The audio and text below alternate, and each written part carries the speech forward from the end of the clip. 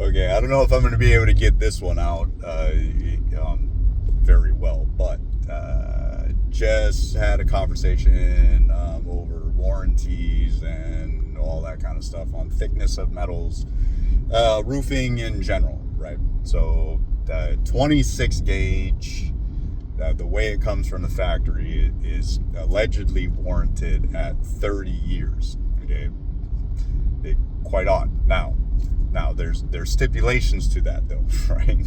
And knowing what I know, you can go back in some of my videos, some of my pictures. Like I show you what the mills are on a standard roof, and the coating on there is a baked finish of some sort. Okay, it's only 1.5 to 2 mils thick max. Like that's all I've ever seen. And they're warranting 30 years on that. The issue that I see all the time is edges, right? Your edges start to go first. In this conversation I had, I didn't get into penetrating the steel with self-tapper screws or anything like that.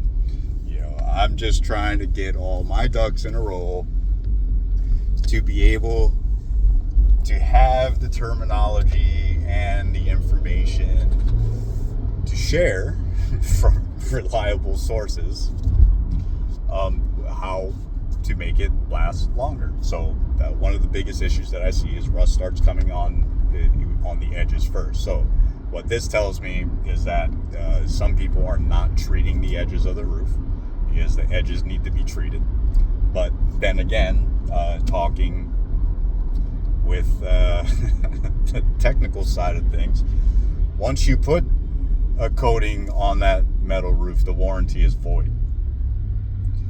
So now it's going to be reliant on the coating that goes on the roof. So I don't know if anybody's known this, or if they're not telling people or whatnot, but so I paint roofs. I paint roofs, but that's usually after rust has already started. And then, so now at that point, you got to rely on the quality of the person applying the product to your roof.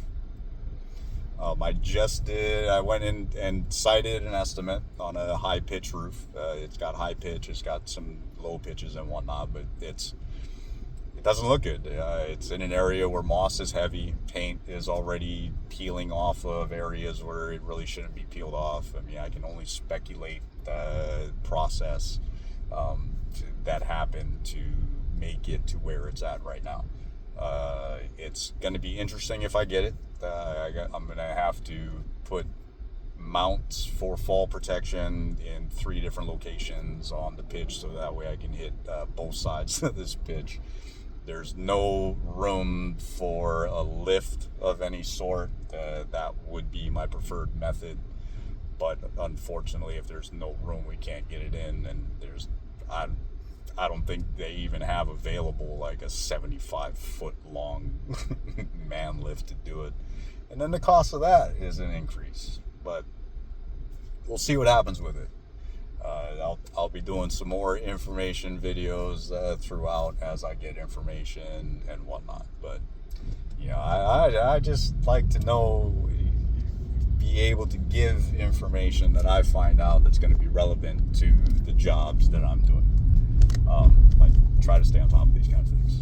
And it's like I forget easily, kind of, but I've got a lot of stuff in my head that's kind of overlaps information and whatnot. So sometimes I do refreshers and just start asking questions. You'll be amazed at what some people know or don't know. So we'll be doing more.